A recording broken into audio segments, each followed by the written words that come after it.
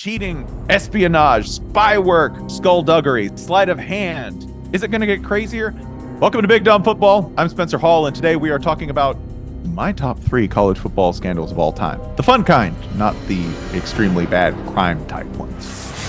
And it Morgan on the end around. He's got speed down the sideline. Samaj Morgan, touchdown. If you're a college football fan and you're watching this, you've probably heard about Michigan's current sign stealing scandal. Whatever you think about that, we're going to get into it at a later video, if only because new stuff keeps coming out and it keeps getting increasingly ridiculous. Here's what we do know about the Michigan scandal, and I'm going to try to say it in as concise and quick a fashion as possible. Connor Stalions, a staffer with the University of Michigan football program since 2022 and hanging around the program well before that, a United States Naval Academy graduate who served in the Marines and has a serious obsession with Michigan football, went on either his own or with the knowledge of the staff, it's not clear at this point, a mission to acquire all of the signals of every Big Ten team and anyone that Michigan might play in football ever for the rest of eternity by sending people to other games and sometimes himself to film the signals and plays of other teams. This is expressly forbidden by NCAA bylaws and generally considered bad form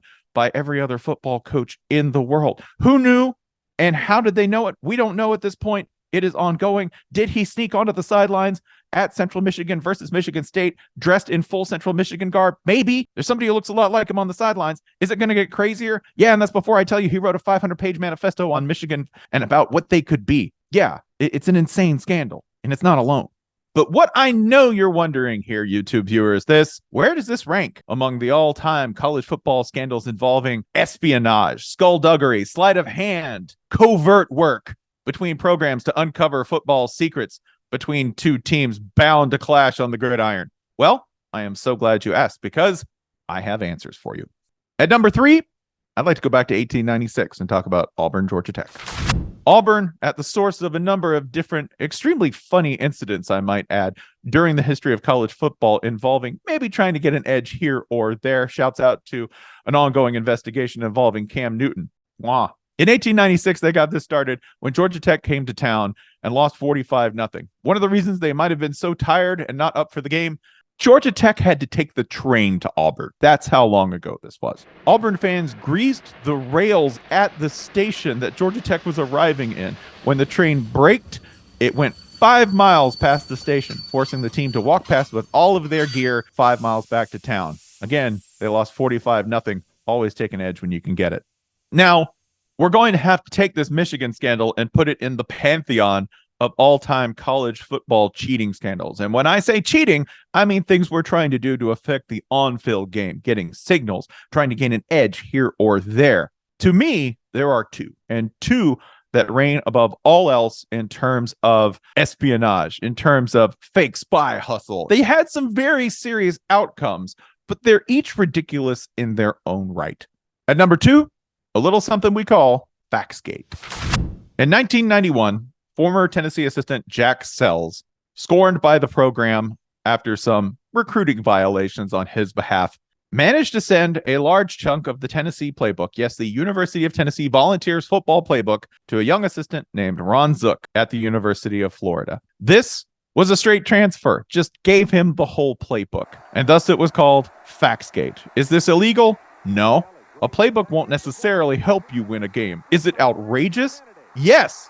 Not just because this may have been the last recorded instance of anyone ever using a fax machine, but also because it represented a get-me-back. It represented payback on the part of a former scorned assistant who did this for no other reason than a buddy asked for it, and he was mad at the school. Later, Steve Spurrier himself would joke that the two programs already did enough scouting that having the playbook really didn't give them that much of an advantage. But it's really the audacity of this, that somebody would ask for it and someone who was just mad at someone would do it out of anger, out of spite. It just means more, y'all. And at number 1, the king of absurd college football tactical scandals, WikiLeaks. The king of college football espionage. If you ask me, in terms of spectacular efforts to gain a slight edge for little to no gain for games that weren't even that important on a conference or national level, is WikiLeaks. Little play on the name WikiLeaks there. WikiLeaks, greatest scandal name in college football of all time. In 2014, a number of assistants were contacted by a man named Tommy Elrod. Tommy Elrod was a former assistant coach under Jim Grobe at Wake Forest. He was a Wake Forest lifer, a guy who'd gone there and had his kids in school there and was an assistant under Grobe.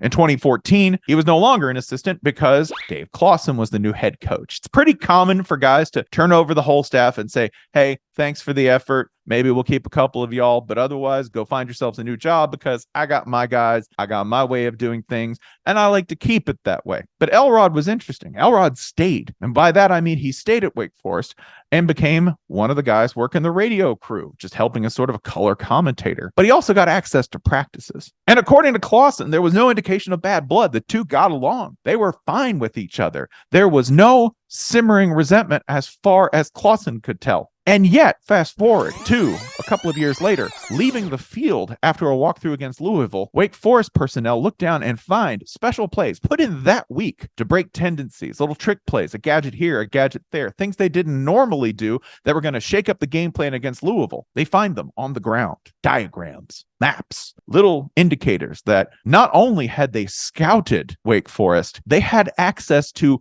that week's game plan. As it turns out, Elrod had been leaking this to several different staffs, Louisville, Army, Virginia Tech, sending them plays specifically designed to counter a lot of what the other teams had planned for them. A lot of things that, when found, indicated not just scouting, prior knowledge, the kind of things that we saw Michigan trying to get. No. It meant they had someone in the room during the week. Elrod had been leaking that information. For what? For nothing. For absolutely nothing. No personal gain, besides the reward of seeing spite validated on the field for plays that really never even bothered to work. Didn't affect the games that much. That kind of huge risk for very little reward. That kind of foolishness, that's peak college football right there. And you say, for very little gain or cost. Well, Elrod lost his job. However, one of the assistants implicated in terms of the receipt, somebody who got it and who went that extra mile, was fined $25,000 for being involved in the scandal. A Georgia assistant named Shane Beamer, who is now the head coach at South Carolina. And an honorable mention I would like to include at the back end, Texas high school football. All of it. High school football, to me, all of the things we talk about as scandals are standard operating procedure, okay? That includes the entire state of Texas, whether that's running a steroid ring out of the local drugstore just for the benefit of Colleyville high school football, which is a thing that happened in the very small town of Colleyville, whether it's trying to knock out a ref during a game for very good reasons, by the way, if you look into the story, according to the players, and or an ineligible player sleeping at the town fire station after their family left town just to keep eligibility. They're everything that we're talking about in terms of sign stealing, in terms of trying to get the playbook, in terms of gaining every possible edge. It's basically just Texas high school football. It's a zoo. One day someone will write it all down and you won't believe it's true. I don't want to laugh too much at cheating. I think the game has to be fair. I'm not above that. I'm not a nihilist, but I will say that given what you can get in terms of the actual off-field scandals, both in sport at large and in college football, when you find something like this, when you find an absurd little caper where somebody has gone 1,000 miles to gain a nearly worthless inch of advantage over somebody, it really speaks to, I think, how seriously we take these things and how far you can go and how silly it can get. Because again, most of the time when we talk about getting signals or getting film or getting an advantage on somebody or even getting the whole playbook or specific plays designed to stop you, you still have to play the game. And a lot of times it doesn't even end up helping you because there's no way you can block that man in front of you. They're better than you are. And no amount of cheating, espionage, spy work, or adventuring through the hard drives of other coaches, it still can't help you. It's amazing to me. I love the absurdity of that we've built a game football that is so big and so burly and so chaotic that sometimes cheating doesn't even work.